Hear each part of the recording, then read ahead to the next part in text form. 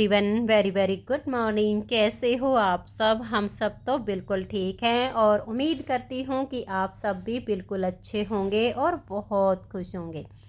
आप सभी का आपके अपने चैनल एसके ब्लॉग्स में बहुत बहुत स्वागत है। तो फ्रेंड्स, सबसे पहले आप सभी को मेरी राम राम। और आज तो बहुत दिनों के बाद सूर्य देव के भी दर्शन हो गए हैं। ये सुबह 9:30 का टाइम है और थोड़ी थोड़ी सी धूप भी निकल आई है। मैंने अभी सासू माँ को नहलाया था तो मैं उन्हीं के कपड़े यहाँ पर बैठ के धो रही हूँ कि एक बार इनको धो के सुखा देती हूँ। इनके कपड़े मैं हाथ से ही धोती हूँ, मशीन का वेट नहीं करती हूँ। बाकी आज धूप निकल आई है तो फिर मैं कल मशीन लगाऊंगी, आज तो नहीं लगाऊंगी। कुछ स्वेटर वगैरह है, इनको भी मैं हाथ से ही धो के सुखाऊंगी। तो पहले तो अभी ये सासू माँ के कपड़े हैं, इनको लेके आई थी तो सोचा पहले इनको धो देती हूँ और फिर जब मैं नहाऊंगी तो मेरी ये स्वेटर वगैरह हैं, विशाल के पापा जी की हैं, उनको फिर मैं हाथ से ही धो के उनको भी सुखा दूँगी। और ये 2-3 बाल्टी हैं, इनको भी मैं हार्पिक डाल के और अच्छे से साफ़ कर देती हूँ। जब धूप निकलती है ना तो काम करने का ऑटोमेटिक मन करता है। जब धूप ही नहीं निकलती है तो ठंड भी बहुत ज़्यादा लगती है। और जब धूप नहीं निकलती है ना तो ना ठंड हो ना तो भी ऐसा लगता है कि कुछ ज़्यादा ही सर्दी है। और धूप निकलने के बाद ज़्यादा सर्दी होने पर भी एहसास कम होता है। तो सोचा कि चलो आज तो मैं इनको भी साफ़ कर देती हूँ।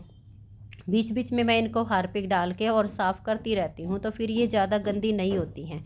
और अगर मान लें इनको ऐसे ही रखो ना तो पानी के दाग ऐसे लग जाते हैं कि फिर बाल्टी बिल्कुल पुरानी होने लग जाती हैं।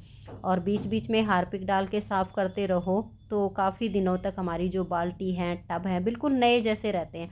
और मेरी तो ये बहुत साल पहले की बाल्टी हैं, लेकिन अब भी ये ऐसी लगती हैं जैसे मैंने नई ली है। तो ये बिल्कुल चमकती रहती हैं। अभी बाल्टियों को धो के और इनको रख दूँगी, फिर नहाऊँगी। ये जो मेरे स्वेटर वगैरह हैं 4-5, उनको मैं हाथ से धो के सुखा दूँगी और फिर मैं जाऊँगी रसोई में, खाना बनाने की तैयारी करूँगी।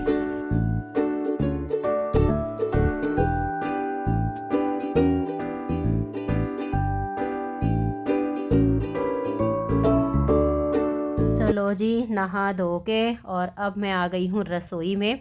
तो अब मैं खाना बनाने की तैयारी कर लेती हूँ। और साग को मैंने पहले से ही धो के रखा हुआ था तो पानी बिल्कुल अच्छे से निचड़ गया है। और साग को मैं काट के नहीं धोती हूँ, साबुत को धो के और छलनी में डाल के रख देती हूँ। पानी वगैरह अच्छे से इसका निचड़ जाता है तब मैं इसको काटती हूँ। क्योंकि अगर हम काट के साग को धोते हैं तो फिर इसके जितने भी विटामिन प्रोटीन होते हैं ना, सारे पानी में निकल जाते हैं। तो साग को तो साबुत ही धोना चाहिए।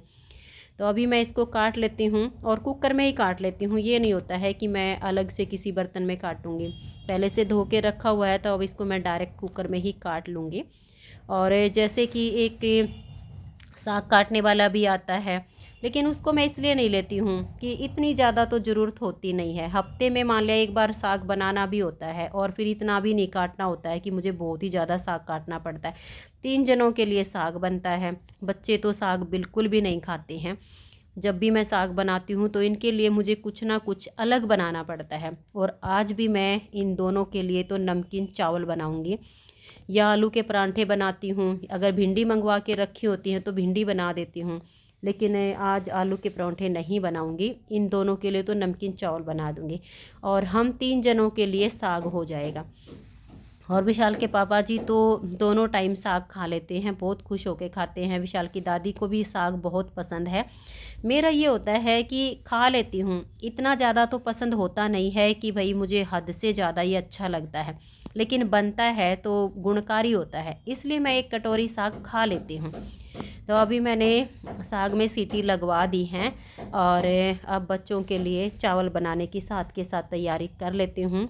तो चावल मैंने धो के और ये जो मेरा पतीला है इसी में रख लिए थे। और फिर अब आलू, टमाटर, हरी मिर्च, ये सारी चीज़ें मैंने धो के साथ में रखी हुई है तैयार करके। तो एक ही बर्तन में सब चीज़ें एक साथ काट दूँगी, अलग अलग जगह नहीं काटती हूँ मैं।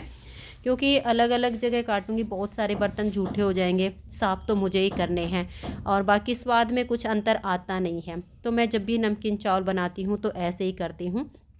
चावल को पहले धो लेती हूँ और फिर जो इसमें सब्जियां डालनी होती हैं जैसे आलू, मटर वगैरह सब चीज़ें अपना सब तैयार कर लेती हूँ धो धा के। फिर इसी में जो काटने की हैं इसी में काट के एक साथ इकट्ठा कर लेती हूँ।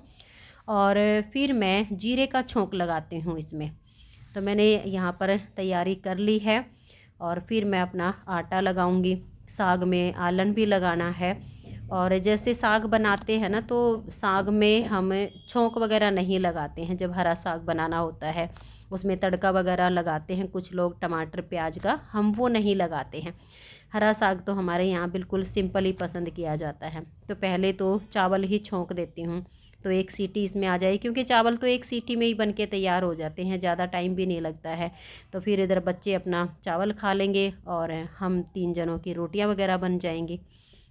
वैसे नमकीन चावल मुझे भी बहुत पसंद हैं, लेकिन अब साग बन गया है तो साग के साथ रोटी खाऊंगी, क्योंकि साग अपनी जगह बहुत गुणकारी होता है। अच्छा लगे या ना लगे, खाना चाहिए।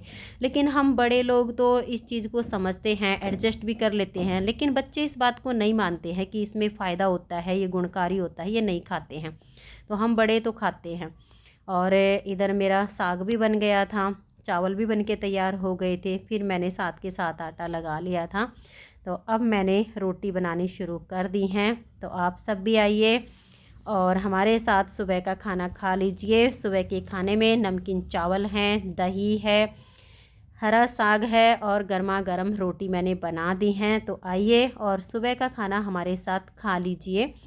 बहुत सी बहनों के पार्सल हैं जो कि मैंने पैक करके रखे हुए हैं, तो उनको भी भेजना है, क्योंकि कल 26 जनवरी थी, कल तो छुट्टी हो गई थी, तो कोई भी पार्सल यहाँ से नहीं निकला था। तो जो कल के हैं, आज के हैं, परसों के हैं, तो वो सब मतलब अब जाएंगे, क्योंकि 25 तारीख को जिनकी पेमेंट 4 साढ़े 4 बजे तक आ गई थी, वो तो 25 को ही चले गए थे, लेकिन फिर 26 को कोई भी पार्सल नहीं निकला था, तो सारे के सारे आज ही निकलेंगे। और अभी देखिए रोटी बनाने के बाद मैंने भी खाना खा लिया था। तो फिर मैंने सोचा कि पहले ये जो पैकेट पैक हुए हैं इनको मैं एक बड़े से थैले में भर के रख देती हूँ। विशाल के पापा जी इनको कोरियर करके आ जाएंगे, क्योंकि जिसका भी जो सामान होता है जितनी जल्दी पहुँच जाए मेरे लिए उतना ही अच्छा होता है। एक तो स्वेटर वगैरह सबको बुननी है, जितनी जल्दी उनकी ऊन पहुँचेगी वो अपना प्रोजेक्ट बनाना शुरू करेंगी। और विश्वास भी बनता है, क्योंकि बहुत सी बहनों को टेंशन होने लगती है अगर एक दिन लेट उनका पार्सल हो जाता है, तो उनको ये लगता है कि पैसे भी दे दिए हैं और पता नहीं हमारा पार्सल आएगा कि नहीं आएगा। लेकिन देखिए ऐसा कुछ भी नहीं है। जब मैंने पैसे लिए हैं तो आप सबके पार्सल आप तक पहुंचाना मेरी जिम्मेदारी हो जाती है। और अभी बर्तन बचे हुए थे, तो सोचा कि चलो अब एक बार बर्तन साफ़ कर देती हूँ, और आज मैं गाजर पाक भी बनाऊँगी। तो फिर बर्तन साफ़ करने के बाद ही तैयारी करूँगी। एक बार रसोई की साफ़ सफाई अच्छे से हो जाएगी, क्योंकि रोटी बनाने के बाद रसोई को बिल्कुल अच्छे से क्लीन करना पड़ता है। तो पहले बर्तन ही साफ़ कर देती हूँ, फिर रसोई को साफ़ करके और गाजर पाक बनाने की तैयारी करूँगी। तो अभी करके रसोई की साफ़ सफाई और मैं गाजर पाक की तैयारी करने में लग गई हूँ। और आज मैं गाजर कस के नहीं बनाऊँगी गाजर पाक, आज मैं गाजर को काट रही हूँ। एक बहन ने भी मुझसे कहा था कि आप गाजर जो है पतली पतली सी काट के और उसमें सीटी लगवा दिया करो, फिर उसको या तो मिक्सी में मैश कर लो या वैसे भी हो जाती हैं, एक बार उसमें सीटी लग जाती है। तो सोचा कि चलो आज मैं ऐसे ट्राई कर लेती हूँ, क्योंकि सभी तरह से चीज़ें बना के देखनी चाहिए कि इसमें कुछ अंतर आता भी है कि नहीं आता है। तो ये देखिए सीटी इसमें मैंने लगवा दी थी, 2 सीटी लगवाई हैं और इसको मैंने कढ़ाई में डाल लिया है। कुछ तो मैंने इसको चम्मच से ही फोड़ दिया था कुकर के अंदर ही, और कुछ मैंने जैसे अब इसको कढ़ाई में डाल लिया है। तो इसको अच्छे से मैश कर लेती हूँ। मिक्सी में नहीं डाला मैंने इसका, क्योंकि गरम गरम है तो जल्दी से ही मैश हो गई है, ज़्यादा टाइम नहीं लगा है। और अब मैं इसको पकने के लिए रख देती हूँ। थोड़ा बहुत बीच बीच में इसको मैश करती रहूँगी, क्योंकि गाजर की एक आध ऐसी है जो फाड़ अभी फूटी नहीं थी, तो मैं उसको ऐसे फोड़ दूँगी अब। और फिर मैं इसको पलटे से लगातार चलाते हुए गाजर का जो पानी है ना उसको जला लूँगी। तो मैश होने के बाद तो बिल्कुल वैसी हो गई हैं जैसे कि हम उसको कस लेते हैं, कद्दूकस करते हैं, काफ़ी मेहनत लगती है। लेकिन ये तरीका भी मुझे काफ़ी इजी लगा। बाकी तो खाने के बाद पता चलेगा कि ये खाने में कुछ अंतर आया कि नहीं आया, लेकिन मैश करने के बाद जो इसकी शकल सूरत है ना वो तो बिल्कुल सेम टू सेम हो गई है। तो ये देखिए गाजर पाक जो है हमारा लगभग बनने ही वाला है, बस थोड़ी सी देर और चलाना है। थोड़ा सा गाढ़ा और कर देती हूँ, हल्का हल्का सा अभी ये नरम है, तो जितना थोड़ा सा इसका दूध है वो सोख जाएगा तब ये खाने में ज़्यादा अच्छा लगता है। तो फ्रेंड्स, आज की इस वीडियो का तो मैं यहीं पर एंड करती हूँ। बातें भी आप सबसे बहुत सारी हो गई हैं और काम भी आज मेरा बहुत सारा हो गया है। कई दिनों के बाद आज धूप निकली है, मौसम खिला खिला है। मौसम खिला खिला होता है तो काम करने का भी मन करता है। तो फ्रेंड्स, आज की इस वीडियो में इतना ही। मिलते हैं अगली वीडियो में, तब तक के लिए आप सभी को मेरा प्यार भरा नमस्कार। राधा स्वामी, राधे राधे, जय श्री राधे। और फ्रेंड्स, आइए गर्मा गर्म गाजर पाक खा लीजिए। आप सब खुश रहिए, अपना अपना ध्यान रखिए। मिलते हैं अगली वीडियो में, तब तक के लिए बाय बाय।